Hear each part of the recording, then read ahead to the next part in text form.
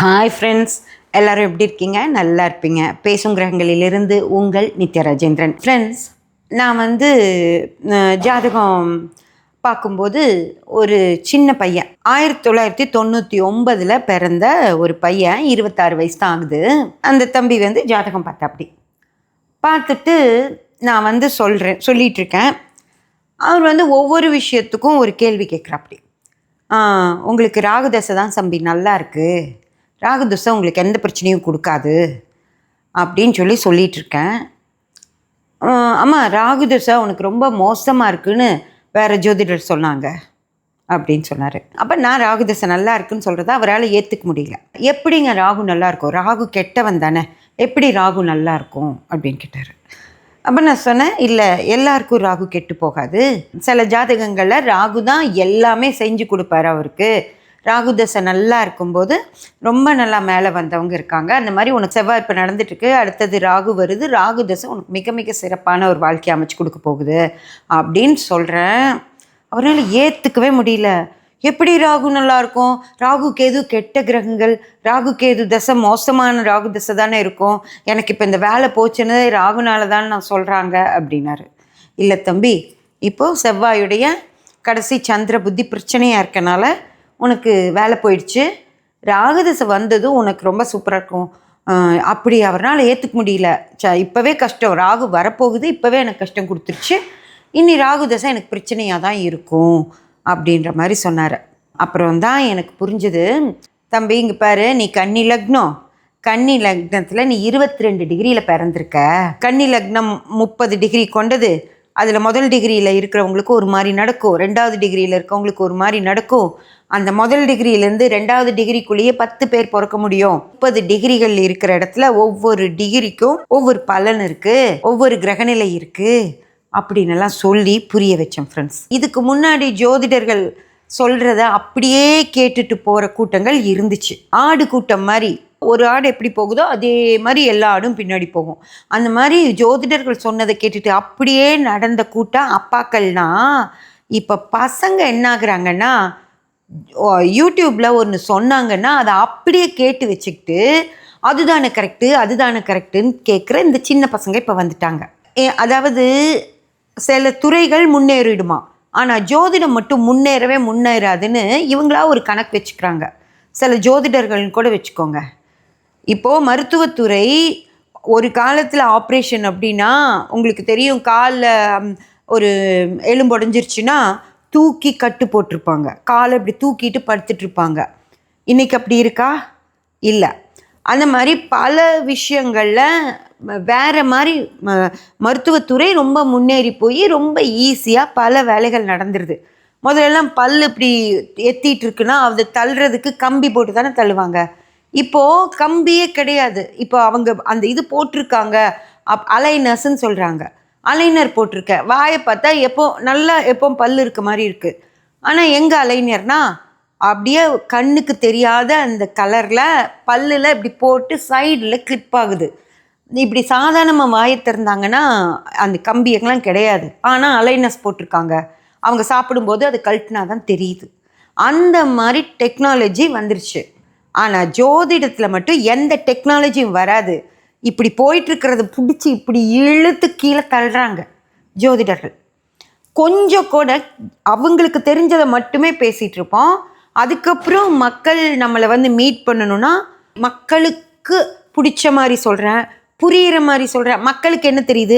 கட்டம் மட்டும்தான் தெரியுது. அந்த கட்டத்தில் ஒரு கிரகம் இருந்தால் அது இந்த வேலையை செய்யும்னு சொல்லி மக்களுக்கு புரிகிற மாதிரி மட்டும் சொல்லிகிட்டு இருக்காங்க. ஓகேங்களா? அப்படியெல்லாம் இல்லை. ஒரு டிகிரிக்கும் உங்கள் தலையெழுத்து மாறும். புரிஞ்சதுங்களா? இப்படியெல்லாம் சொன்னால் அந்த சின்ன பையன் என்ன பண்ணுவான்னு சொல்லி பாருங்க. இருக்கிறதுலேயே கஷ்டமான தசை எது சார் ஒரு மனிதனுக்கு படுத்தும் அப்படின்னு கேட்டா, உண்மையாவே நம்ம ஜோதிடத்துல இருக்கங்காட்டி கண்டிப்பா அதை பத்தி சொல்லித்தான்.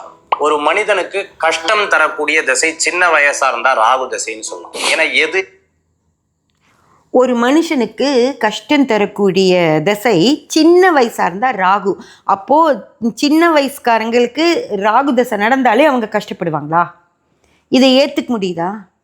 முடியுமா? சொல்லுங்கள். சின்ன வயசு அப்படின்னா எத்தனை பேர் இருப்பாங்க? நம்ம தமிழ்நாட்டில் 20 வயசுக்குள்ளே எத்தனை பேர் இருப்பாங்க? அதில் யாருக்கெல்லாம் ராகு தசை நடக்கும்னா 9 பேர்த்தில் ஒருத்தருக்கு ராகு தசை நடக்கும்ல. ஏன்னா மொத்தமாக இருக்கிறதே 9 கிரகங்கள் தான். அப்போது 9 பேர்த்துக்கு ஒருத்தருக்குல ராகு தசை நடக்குமா இல்லையா? கோடிக்கணக்கான பசங்க இருப்பாங்க, 20 வயசு பசங்க. அதில் 9 பேர்த்துக்கு ஒருத்தருக்கு ராகு தசை நடந்துட்டுருக்கோம். அப்போ அந்த 9 பேர்த்தில் ஒருத்தர் கஷ்டப்பட்டுட்டு தான் இருப்பாங்களா? எனக்கு புரியல. இந்த மாதிரி ராகு தசை சின்ன வயசில் ராகு தசை வந்தால் கஷ்டம் வந்துடும். இது அப்படியே நீங்கள் நம்புறீங்க? ஒரு மனிதனுக்கு கஷ்டம் தரக்கூடிய திசை சின்ன வயசா இருந்தா ராகு திசைன்னு சொல்லலாம். ஏன்னா எது என்று அறியாமல் அவன் வாழ்க்கையில செயல்படுத்தக்கூடிய ஒரு திசையாக இருக்கும். அதனால்தான் நிறைய அம்மா அப்பா அஸ்ட்ராலஜர்கிட்ட கேட்குறாங்க, ராகு திசை இவ்வளோ படுத்துமா சார் அப்படின்னு சொல்றாங்க. இதே மாதிரி ஒரு மிடில் ஏஜ்ல சின்ன வயசுல 7.5 சனி ஒரு மனிதனை போட்டு வாட்டி எடுத்துரும். அந்த 7.5 சனி அஷ்டம சனி ஒரு மனிதனை போட்டு வாட்டி எடுத்துரும். அது மிடில் ஏஜ்லயும் சின்ன வயசுலயும் சரி. வயசான காலத்துல உடம்பை படுத்தி எடுக்கிறது, யாரும் இருந்து இல்லாம இருக்கிற கேது தசை இருக்கு பாத்தீங்களா, அது ரொம்ப கஷ்டமா இருக்கும். நிறைய பேரு எங்க அம்மா அப்பாவை நல்லா வச்சிருக்கேன், அதுக்குன்னு ஒரு கம்யூனிட்டி இருக்கு, அந்த இடத்துல கொண்டு போய் அவங்கள விட்டுருக்கேன் அப்படின்னு சொன்னாலும், பையன் அமெரிக்கால இருந்தாலும் சுத்திலே எல்லாம் இருந்தாலும் யாரும் இல்லாத மாதிரி இருப்பாங்க. நாங்க ரொம்ப அனாதையோ, எங்களுக்கு ஏதாவது பிரச்சனைனா யாரும் வரமாட்டாங்களோ அப்படின்னு நினைப்பாங்கல்ல. இதுதான் கேது திசை. இந்த 3 திசைகள் இந்த வயதில் வந்தால், சின்ன வயசுல ராகு தசை கெடுதலை கொடுத்துரும், நடு வயசுல சனி தசை கெடுதலை கொடுத்துரும், கடைசி காலத்துல கேது தசை கெடுதலை கொடுத்துரும். இதை எப்படி ஏத்துக்கிறது எனக்கு புரியல. அதாவது ராகு சனி கேது இந்த 3 தான் கஷ்டத்தை கொடுக்கறதா? வேற எதுவுமே கஷ்டம் கொடுக்காதா? குரு தசை கொடுக்காதா? சுக்கிர தசை கொடுக்காதா? சூரிய தசையோ சந்திர தசையோ சிரமங்களை கொடுக்காதா? செவ்வாயும் புதனும் சும்மா விட்டுருவாங்களா? இது இது இது ஜோதிடமான்னு கேட்குறேன். நான் ஜோதிடத்தில் இருக்கிறனால சொல்கிறோம் அப்படின்னு சொல்லி நல்ல ஒரு எஸ்டாப்ளிஷ் ஜோதிடர்கள் சொல்லும்போது மக்கள் அதை அப்படியே நம்பிட்டு வந்து உட்காந்துட்டு ஆப்பில் நாங்கள் கலர் சார்ட்டெல்லாம் இருக்குது, அந்த சார்ட்டில் பாருப்பா உனக்கு ராகு 100% வேலை செய்யறதுக்கு காத்துட்ருக்கு, சந்தோஷம் நிம்மதி கொடுக்க மாட்டார் ஆனால் பணம் கொடுப்பார் அப்படின்னு சொல்லி சொல்கிறேன். அந்த பையனால் ஏற்றுக்கவும் முடியல, நம்ப முடியல. ஏன்னா பல பேர் ராகுன்னு மோசன்றாங்க, நீங்கள் ஒருத்தர் ராகு நல்லா இருக்குன்றீங்க. ஏன் முன்னேற விட மாட்டேங்கிறீங்க? ஒரு விஷயம், அதாவது பல துறைகள் முன்னேறி போயிட்டுருக்கு, ஜோதிடத்துறையும் ஒரு இடத்துல முன்னேறி வந்துட்டுருக்கு. ஆனால் அதை நாங்கள் முன்னேறவே விடவே மாட்டோம். அதாவது தெரியும், அவங்களுக்கெல்லாம் தெரியாமலாம் இல்லை. ஏன்னா ஒரு ஜாதகத்தில் நல்லா இருக்குது அப்படின்னா ராகு நடக்கும்போது அவன் நல்லா இருந்திருப்பான். ராகு முடிஞ்சதும் குருதசை வரும், அவன் படாத பாடு படுவான். அது அந்த ஜோதிடருக்கு நல்லாவே தெரியும். குரு தசை கெட்டு போயிருக்கனால தான் இவன் படாத பாடு படுறாங்கிறது அவருக்கு நல்லாவே தெரியும். அதை அவங்க சொல்லவும் செய்வாங்க. அந்த வந்து உட்கார்ந்து பேசுகிறப்போ அவங்களுக்கு எதிரில் இருக்கவங்க கிட்ட சொல்ல தான் செய்வாங்க, உங்களுக்கு குருதசை மோசமாக இருக்குங்க, அதில் இந்த புத்திகள் இன்னும் மோசமாக இருக்குது அப்படின்னு சொல்ல தான் செய்வாங்க. ஆனால் பொது இதில் வரும்போது ராகுனா கெட்டது, சனினா கெட்டது, கேதுனா கெட்டதுன்னு பொதுவாக சொல்லி வச்சுட்டாங்க. அதை சொல்லி வச்சுட்டு அவங்க நிறையா கிளையண்ட்ஸை வச்சுட்டு நல்ல அவங்க வீடியோஸ் போடும்போது அது நல்லா போகிறதுனால அவங்க ரொம்ப காஸ்ட்லி ஆகிடுறாங்க, நிறைய பணம் கேட்குறாங்க ஜாதகம் பார்க்குறக்கு. அப்போ இவங்க என்ன பண்ணுறாங்கன்னா அவ்வளோ கட்டி அவங்கக்கிட்ட பார்க்க முடியாமல் நம்ம மாதிரி நார்மலாக கேட்குறவங்க கிட்ட வந்து பார்க்குறாங்க. பார்த்துட்டு அவங்க சொல்கிறத நீங்கள் சொல்லுங்கன்றாங்க நம்மக்கிட்ட. எப்படி சொல்ல முடியும்? உண்மையை தானே சொல்ல முடியும். அவங்க எதையோ வளர்றாங்கங்கிறக்காக அதையும் நம்ம சொல்ல முடியுமா? அதுக்கப்புறம் அவங்களோட இது என்னவா இருக்குன்னா, நீங்கள் கம்மியாக ஃபீஸ் வாங்குறதுனால நீங்கள் சாதா ஜோதிடர் தானே, அதனால தான் உங்களுக்கு தெரியல அப்படின்னு எங்ககிட்டயே சொல்கிறாங்க. இது எனக்கு புரியல. அவங்கக்கிட்ட போனீங்கனாலும் அவங்க இதை தான் சொல்லுவாங்க, இதே தான் சொல்லுவாங்க, உங்களுக்கு குருதசை நல்லா இல்லைங்கன்னு. குரு நல்லா இல்லைன்னு பொது இடத்துல வந்து சொல்ல மாட்டேங்கிறாங்க. ராகு தான் மோசம், சனி தான் மோசம், கேது தான் மோசம்ன்றாங்க. ஆனால் போய் உட்கார்ந்தா உனக்கு இப்போ நடக்கிற தசை சரியில்லைம்பாங்க. அந்த தசை குருதசையாக இருக்கும், சுக்கிரதசையாக இருக்கும், சந்திர தசை சூரிய தசையாக இருக்கும். அதுவும் கெடுதல் செய்யும். சரிங்களா? ஒருத்தங்க நிம்மதியாக சந்தோஷமாக இருப்பாங்க, ஆனால் பணவரவு மட்டும் வராது. ஒரு கிரகம் 2 வேலையை செய்யும். ஒன்று அகம் சார்ந்து நிம்மதி சந்தோஷத்தை கொடுக்கும், புறம் சார்ந்து பணம் கொடுக்கும். அது புறம் கெட்டிருந்தால் பணமே வராது உங்களுக்கு, அகம் கெட்டிருந்தா நிம்மதியாக இருக்கவே முடியாது. அப்படி ஒரு கிரகமே 2 வேலையையும் செய்யும்.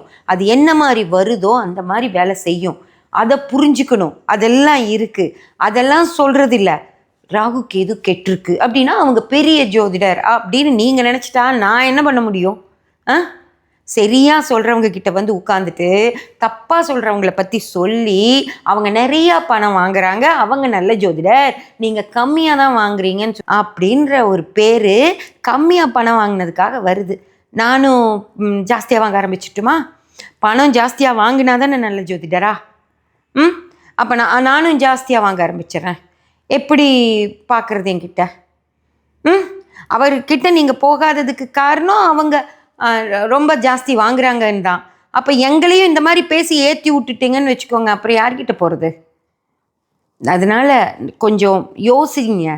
ஒரு ஜோதிடர்னா அவங்களுக்கு ஏதோ ஒன்று தெரிஞ்சதுனால தான் அவங்க சொல்கிறாங்க.